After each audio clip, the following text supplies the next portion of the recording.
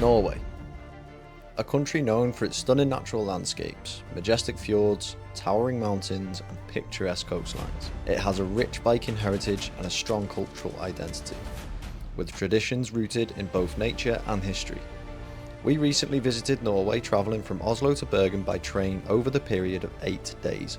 There is so much to do in Norway, and trying to see everything in such a short space of time can be overwhelming. This was our first time in Norway, and we could not recommend it enough. There is so much to see in this beautiful country, and we will for sure be visiting again. In this video we will include how we planned our travels, the locations we visited, booking trains, buses, fjord tours, what food to try and activities to do. We will also include things to look out for so you don't make the same mistakes we did. Here is a quick overview of where we visited, and there is a full cost breakdown at the end of this video. We travelled from Oslo to Bergen by one of Europe's most scenic train rides, called the Bergensbanen. We also travelled the Flamsbanen along the way, which is an absolute must do. You're going to have to excuse some of my pronunciations during this video. Some Norwegian pronunciations or words can be a little bit difficult. We went from Oslo to Flam, to Aurland, Gudvangen, to Bergen, to Geilo, and then back to Oslo to end our trip in Norway. A quick tip is, before you visit Norway, take note that it gets incredibly busy, even out of season, and some trips might get booked up, like the Flamsbanen for example, so we would recommend booking well in advance if you can. Something that we struggled with before we went to Norway was deciding what to pack. The temperatures in Norway can vary a lot on depending when and where you are visiting. We visited mid-April and found Oslo and Bergen to be a lot more mild than expected. Geilo, however, was a lot colder, as this is one of the higher altitude destinations on the journey. We definitely overpacked for our trip to Norway, but we thought it's better safe than sorry. We would recommend taking layers so you can strip clothing away and add clothing whenever you want along your travels.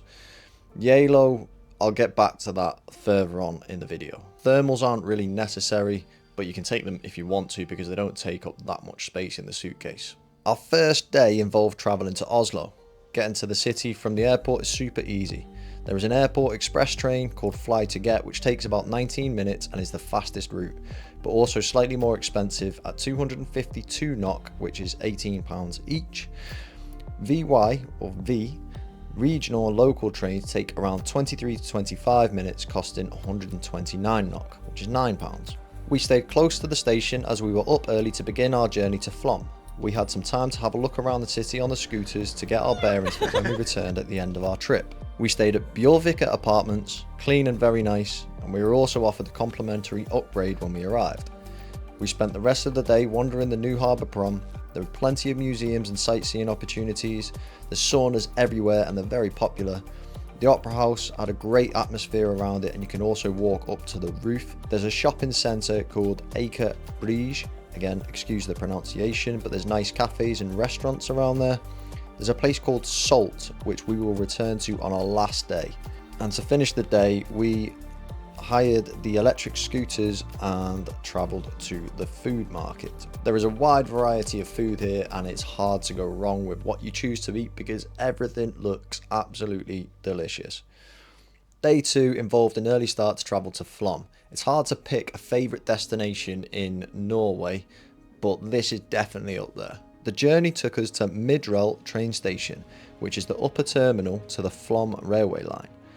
The journey from Oslo to Midrell takes around 5 hours, but it's filled with stunning scenery, and the facilities on board the train are great.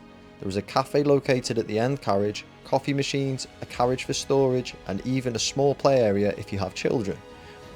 I give a small tour of the train journey in one of my earlier videos. We upgraded to first class, which cost a total of 3,054 NOK for 2 people.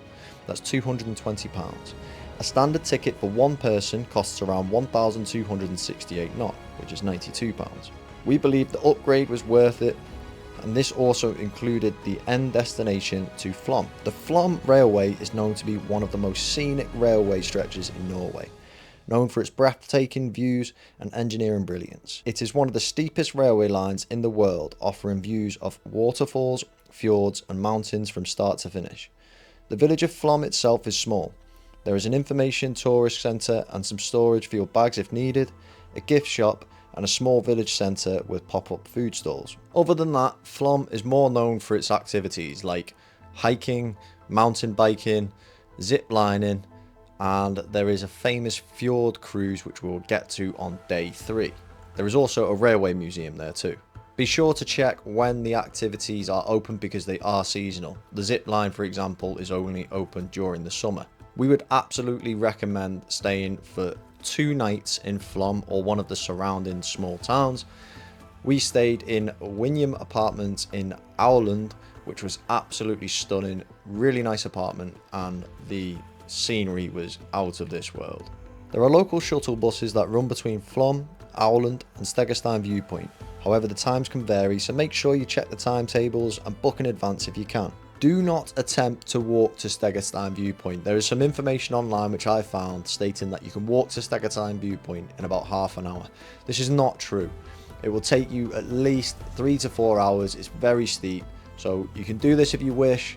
I just thought I would clear that up in case you've read the same things I did online. After having a walk about Flam and getting something to eat, we used the shuttle bus. We went to Stegastein Viewpoint. This was honestly one of the most breathtaking views we have ever seen, and can understand why this is one of the most photographed attractions in Norway, offering stunning views of the Aurland Fjord. After we visited Stegastein Viewpoint, the driver dropped us at our apartment and we had a small walk around Aurland. It was only about 8 minutes from our apartment, and Aurland is a very nice small town. It's quiet, there is a small cafe there, a small supermarket and a small gastro pub which sells some nice food. Close by is a small sauna on the fjord with more stunning scenery. This is only open on certain days of the week during the winter, which is Tuesday, Thursday and Saturday. Summer, it's open daily. A small walk further on, there is a small beach perfect for a dip if you can brave the cold waters. We relaxed here and enjoyed the views before heading back to our apartment. Our only regret about Aurland is that we didn't stay an extra night. Day 3 was such a good adventure, with Jess finding an absolute gem. We had booked to travel to Gudvangen via the Fjord cruise, departing from Aurland and then catching the bus from Gudvangen to Voss and then catching the train from Voss to Bergen. We began the day catching the electric powered Fjord ferry from Aurland, grabbing a hot drink in the morning in a cosy cafe located next to the port. The Fjord tour cost 1,280 NOK for 2 people, that's £93. The boat was state of the art, with a clever design of sloped walkways so there was plenty of room to view. Even when busy, and because it was electric powered, it cut through the still glass-like water in silence, allowing you to really take in the surroundings without a rumbling engine in the background.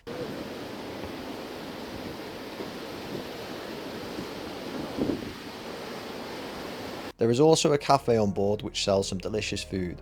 The buttercream pancakes are highly recommended. These were to die for.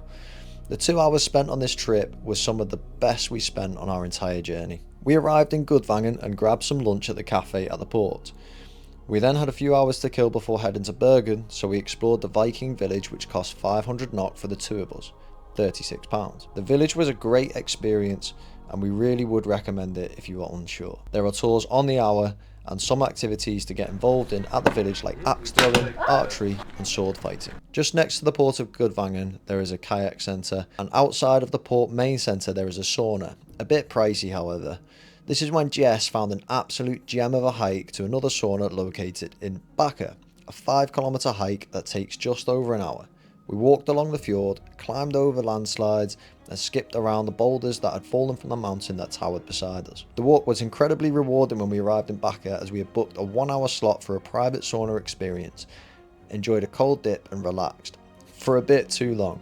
After not wanting to leave, we eventually had to run back to Gudvangen or we would have missed the last bus of the day, leaving us stranded with no accommodation. So after a busy day exploring Gudvangen, we then got the bus to Voss and the train back to Bergen. This cost a total of 1,372 NOK, which is £99. Later that night, we ate at one of Bergen's oldest restaurants. In fact, I think it's Bergen's oldest restaurant. And excuse the pronunciation here, I wrote it down so I don't get this wrong, which I'm still going to get this wrong, but it's called Brigel Loftet. Brigel Loftet. Some Norwegians are definitely going to laugh at me for that, but please correct me in the comments down below. So one of the foods to try in Norway is reindeer. This was delicious. Make sure you give it a go. We really enjoyed it. Now, before you do anything in Bergen, make sure you visit the Tourist Information Centre. It is located above the fish market on the harbour. If you plan on making the most of the city, you can purchase a Bergen card, which will help lower the cost. The prices vary from 420 NOK for 24 hours up to 780 NOK for 96 hours. 120 NOK to 240 NOK for children. So our journey continued in Bergen on day 4 and 5. Bergen is Norway's second largest city behind Oslo, and it's also known as one of Europe's rainiest places, so make sure that you pack a raincoat. Our Bergen adventure began with the most famous attraction, the UNESCO World Heritage Site, Bergen. We wandered the old historic harbour district in Bergen, renowned for its colourful wooden buildings lining the waterfront. Bergen is an old city, over 1,000 years old, so it has plenty of history and so much to see. The Bergen Fortress is a short walk from Bergen, so it's a good place to start. There is a small entrance fee to the fortress, but it is a good experience and a good opportunity to learn a bit more about the history of the city, including some of the famous battles it encountered. Bergen is where we tried the majority of Norwegian specialities, one of them being the famous skolboll, which means school cake. This is a custard bun topped with coconut dressing, absolutely delicious, and this cost 55 NOK, which is £3.99. We had another small stroll around the shops in Bergen before making our way to the Fløibanen, which takes you up to Fløyen Mountain, costing 190 NOK each, £14, or 95 NOK for children, which is £7. Fløyen Mountain Viewpoint consists of a cafe, a shop, a restaurant, and an ice cream bar at the top, with several hikes around the top of the mountain, and there is a lake. There are also goats that you can stroke at the top that are very friendly. The best of all though is another awe-inspiring view of the entire city. This gives some great perspective and quickly helps you gain your bearings, so if you're lucky with the weather, we would recommend doing this early on in your trip to Bergen. There is the choice to either get the Fløibanen back down the mountain, or there is a nice walk down, which includes a slide.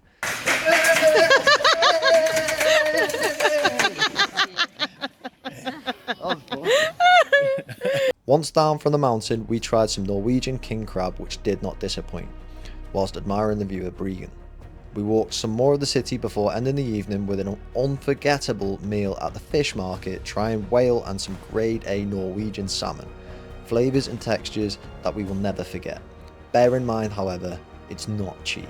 The Monstrum and Fjord tour filled most of our second day in Bergen. Being the top attraction, there are 2 main ferries that operate this tour, the only difference being the size of the ferry. One ferry is bigger than the other ferry, and I think the bigger ferry tour lasts half an hour less than the smaller ferry. This cost us 850 NOK, which was £61 each. This captivating half-day cruise departs from the port in Bergen next to the fish market. The Monstrum and Fjord tour is a perfect blend of nature, history and easygoing adventure, ideal for families, solo travellers and anyone short on time but eager to see Norway's spectacular fjord scenery. The rest of our day was spent wandering the back streets of Bergen on scooters and by foot before enjoying pizza at an area called King Oscar's Gate, which is packed full of cosy restaurants and bars.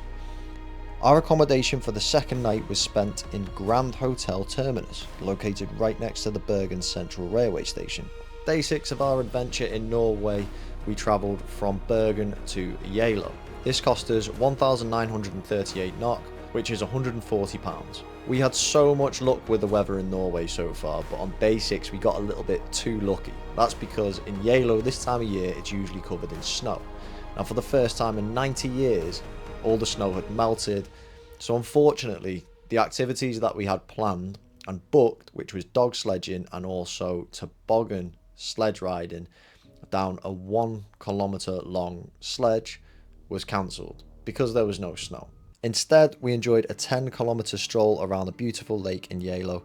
It's also possible to hire bikes and cycle the route solo or with a tour guide. Our accommodation in Geilo was called Osterdalen Hotel. The location was good and there was also ski buses for transport around the town. Now there are also local buses which dot around the town, but if you plan on going further afield, we would definitely recommend hiring a car in Geilo. Osterdalen had a nice restaurant where we tried some smoked trout from the mountain lakes, which was divine. Geilo features an open-air museum called Geilo Jordet, showcasing old houses and buildings from the 18th and 19th centuries, originally from the area of Hull. These historic structures are preserved and open to the public, offering insights into the region's cultural heritage and traditional architecture. As our trip in Norway started to draw to a close, we were excited to finish where we started, and that was in the city of Oslo. Day 7 was spent travelling to Oslo by a 4-hour bus journey due to railway maintenance being carried out. VY replaced the train service with a business class bus for a comfortable journey, also giving us the opportunity to take in some more of the stunning landscape and scenery, costing 1,558 NOK, £113.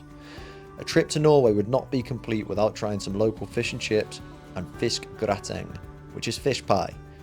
There is no better place to try this than the famous fiskjet. Both meals were super fresh and wholly delicious. A great way to commute around Oslo is by the electric scooters. We enjoyed exploring the city and sightseeing before heading back to our accommodation for the night.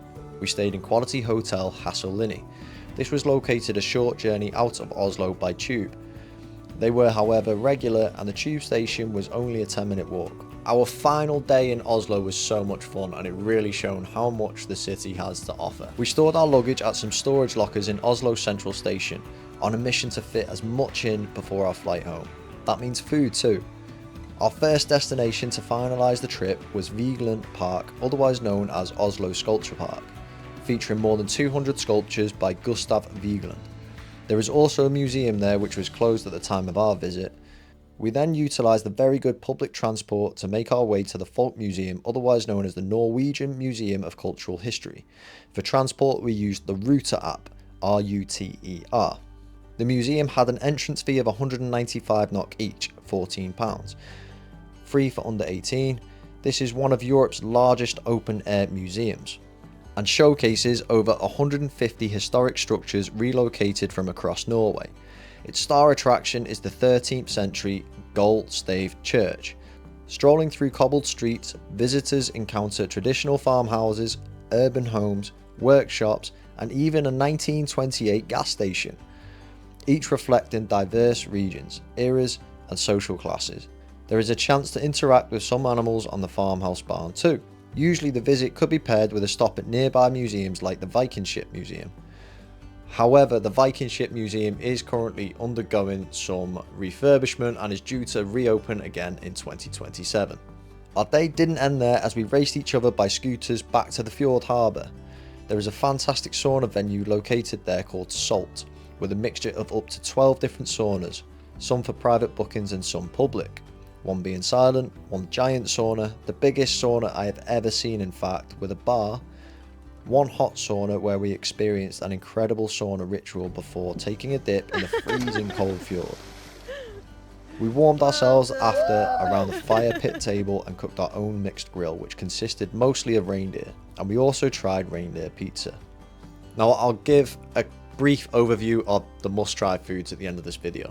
With just enough time left to spare, we completed our trip trying the famous Norwegian waffle, a combination of brown cheese, jam, and cream, made for a memorable tasting session, especially when Jess decided to wear it. Now, is Norway expensive? Norway has a reputation for being an expensive country to travel. Would I agree? Yes, I would say it's expensive. But if you live in the UK, I would say the cost of doing activities, transport, going to coffee shops and eating out is very similar to that of the UK. Some things are more expensive and some things are cheaper. Me and Jess did save some money because we both don't drink and alcohol is expensive. However, we could have also saved some more money by doing our research properly before our trip. We could have purchased the Oslo and Bergen travel pass, for example. We also could have travelled in standard seating rather than booking the first class seating on the train. And we also could have skipped having a meal in the fish market, as it was very expensive. I think our meals combined, so we had a starter, main, and one dessert. We shared a dessert and it was £150, so it was pricey, and that's no alcohol. So these are some things that you can consider before booking your trip, but we found that having the meal in the fish market, booking the first class train seats really took our trip to the next level. As the old saying goes, money returns but your time doesn't. So here's a full breakdown of what our trip cost. The cost of transportation, trains, buses, fjord tours was around 8,000 NOK. That's about £582. Our total spends was £1,350.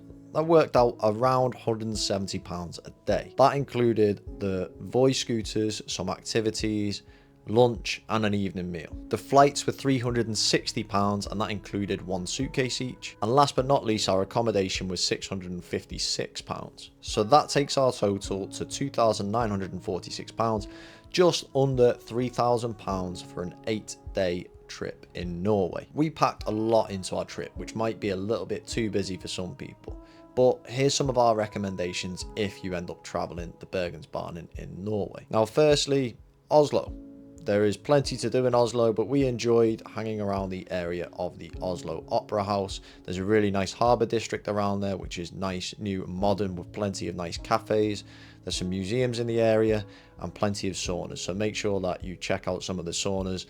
Salt was a very, very good venue. We also really enjoyed the Flamsbanen Railway. I hope I pronounced that correctly.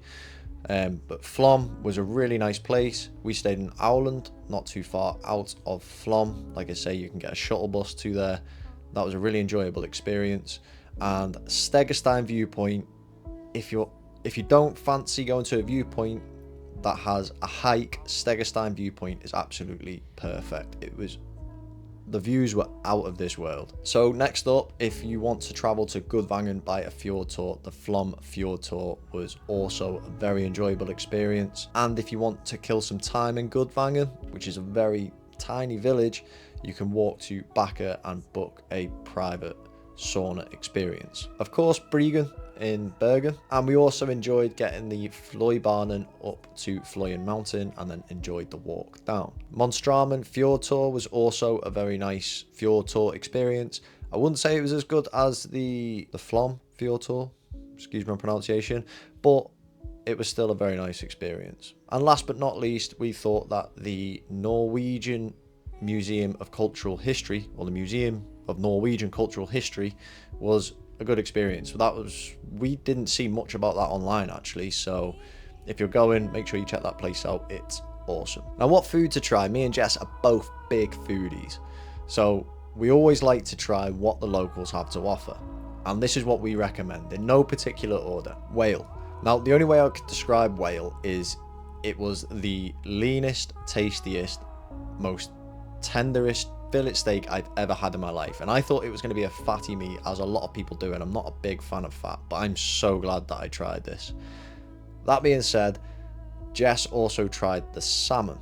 Now, I know you can get salmon anywhere in the world pretty much, but grade A Norwegian salmon hits different, especially when you try it in Norway. Trust me on that. Reindeer was also very nice. We really enjoyed that. If you have the opportunity to try some smoked trout, especially in the regions of Geilo, then make sure you try that. That was very, very tasty. And I never knew this, but it's in the same family as salmon, if that makes sense. The Norwegian waffles was also a pleasant experience. I think if you're going to Norway, you've got to try the Norwegian waffles. Fish pie, I thought that was delicious, and the fish and chips were really nice too. They tasted super fresh. And whilst we're on the subject of fish, the one thing we didn't try was the fish soup, which we're a bit disappointed about. We just ran out of time, but we've heard good things. It's supposed to be very, very tasty. And last but not least, one of our favourites was the skoleboll, the school cake. Now, what would we have done differently in our trip to Norway? It's quite difficult to say because we feel like we planned our trip really well, and the things that we did do, we really enjoyed. Unfortunately, we got a bit unlucky with the weather in Geilo, and all the snow melted, so we couldn't do the dog sledging and the tobogganing down the 1 kilometer sledge. However, if it's snowing, I would recommend to do them things. If it's not, I would probably give Geilo and the higher destinations a miss, or just spend a short amount of time there like we did, because there's not much to do. If we were going to do anything differently and we knew that was the situation with the snow, which is hard to predict, especially that time of year when things start melting and we're kind of in between seasons, we would have spent an extra night in Aurland. Aurland was absolutely stunning and we would go back in a heartbeat. If you want to see our trip in more detail, then you can start here. We vlogged every single day of our trip to Norway, and we really hope that it can help you plan your trip too. And if you do go, we hope you have a great time. That concludes this video. If you have enjoyed it, then please hit the like button, leave a comment, and don't forget to subscribe.